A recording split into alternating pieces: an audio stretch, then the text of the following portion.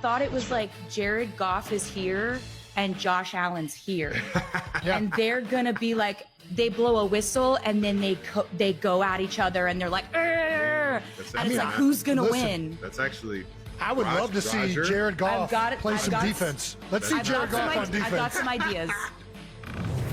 That might be a very popular game if they played it that way. For sure. I'm going all in on Josh Allen in that one. Like, I mean, I love Jared Goff. I think Jared Goff's tremendous, but Josh Allen is a monster. Yeah. Marcus, at 1.3 million people. What's that? Taylor gonna get Jared Goff killed, man. don't bring that up, Taylor. She gonna get that man knocked. 1.3 million people were streaming that live at one point, and I was most definitely one of them. And so we will continue the theme this morning. We'll do a quarterback version of Answer the Question. Answer the quarterback question, Dominique Foxworth. Here we go. Caleb Williams going to get the start for the Bears on Sunday night against Buffalo. If he struggles, will you freak out? I will absolutely freak out. I will tell other people, don't freak out. No big deal. It's just a preseason. But I'm going to freak out because he had a rough start last year. And, again, this is the preseason. And the most important thing for Caleb Williams, I think, is to play within structure, do things on time. Preseason, you're not going to see a bunch of complicated game plans. Like, you might see some, like, fire zones is the hardest thing you'll see. If he struggles, now, like, if he doesn't lead him on a scoring drive, that's fine. But if he struggles at this point, I'd be a little concerned. Marcus. Man, Caleb Williams has to play on time with rhythm. And whatever Ben Johnson has in this plan, it needs to be executed at a very high level. This man had 432 dropbacks last year for a rookie. That's going to get anybody in a terrible situation. And it was a tumultuous situation with his offense. We asked on this show about what the hell is Chicago's offensive identity. They made a change at offensive coordinator. We saw him play a little bit better after that during the season. But this is the important part for Caleb Williams. The Chicago Bears committed to Ben Johnson being their head coach. We know what Ben Johnson comes with based on what he did in Detroit. Now he needs to show, to Nick's point, competency, and there needs to be a rhythm and a timing to this offense in order for everybody to kind of relax and see that there's progress being made. Yeah, progress is the key. And look, they're in a developmental timeline with Caleb Williams. To put that on television is a little bit risky because it might not look great. But it also might be where they need him to be at this point. So I think, at this point, it's very important not to overreact to preseason games. It always is. This might be one of the prime examples of that. Last year in the preseason, remember the crazy stuff he was doing that was so exciting. That was a lot of fun. But that's not what they want him to do, right? Like he needs to run the offense. So I think the best outcome is if it's boring. Here's the only thing I will say.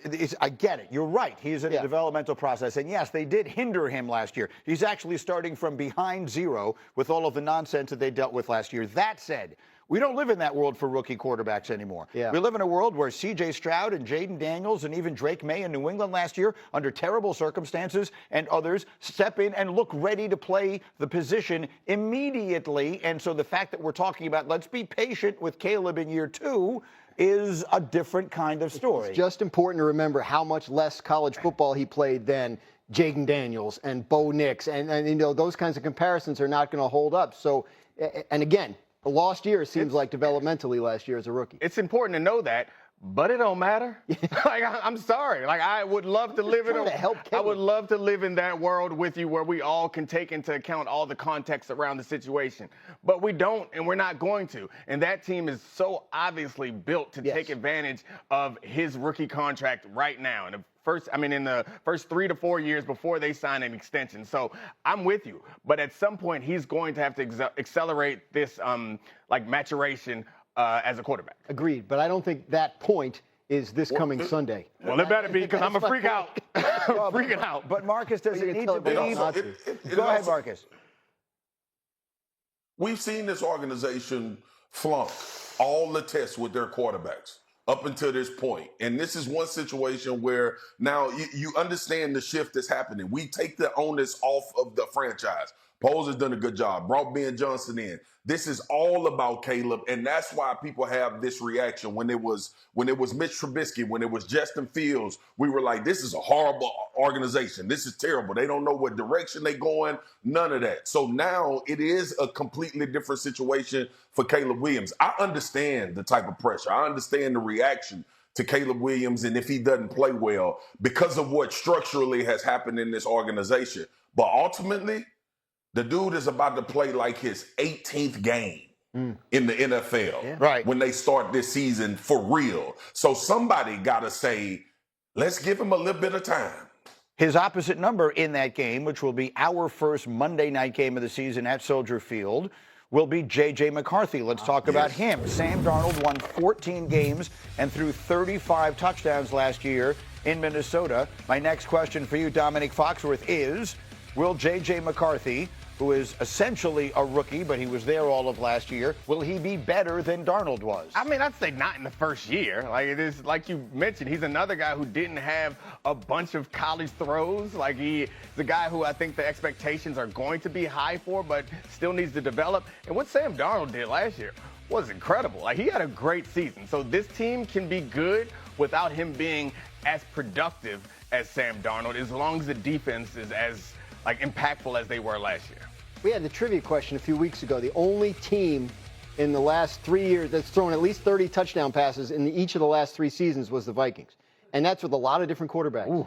Like I have a lot of faith in, Kevin O'Connell, Josh McCown, like that Vikings quarterback, room. I hear you. To get him where he needs to be. What it is not translated to is postseason success. And right. But the reality is they need to get there. The Bears are in a different situation. They have not been good for quite some time, Marcus. The Vikings are a team that I think there are players in that room who should be feeling like we're a Super Bowl team. We have a chance to be a Super Bowl team, and it may be completely unfair to the quarterback to say you need to play to that level, but I think that is the situation he walks into. Gee, it ain't no maybe. It's completely unfair to J.J. McCarthy to say play to that level and get us to the Super Bowl. But ultimately, we've seen what this team has put on the field. We have a crazy confidence in Kevin O'Connell and what he's been able to do. Resurrected Sam Darnold career, got him paid. J.J. McCarthy is up. This is the quarterback that they drafted, that they saw something in that they could move forward with this organization and franchise. And speaking of heat, right, what if this kid struggles? What if this kid comes out and this offense doesn't look as good? What if he can't get Justin Jefferson the ball and involved as much as the former guys have? Do we say he's on the hot seat as well? Like, this is the issue when it becomes like this day and age in the NFL. It's a team around him. We got to make sure that J.J. McCarthy looks like C.J. Stroud or Jaden Daniels in his first real year of starting. And I just can't put that type of pressure on them because this league is hard. And them defenses got some grown-ass men over there that's trying to get after you. And I think that's the key with Kevin O'Connell, the head coach, to not put that kind of pressure on him. And when you talk to Kevin O'Connell about bringing a young quarterback along, that's what he says. We can get guys open, get me 4 more downs,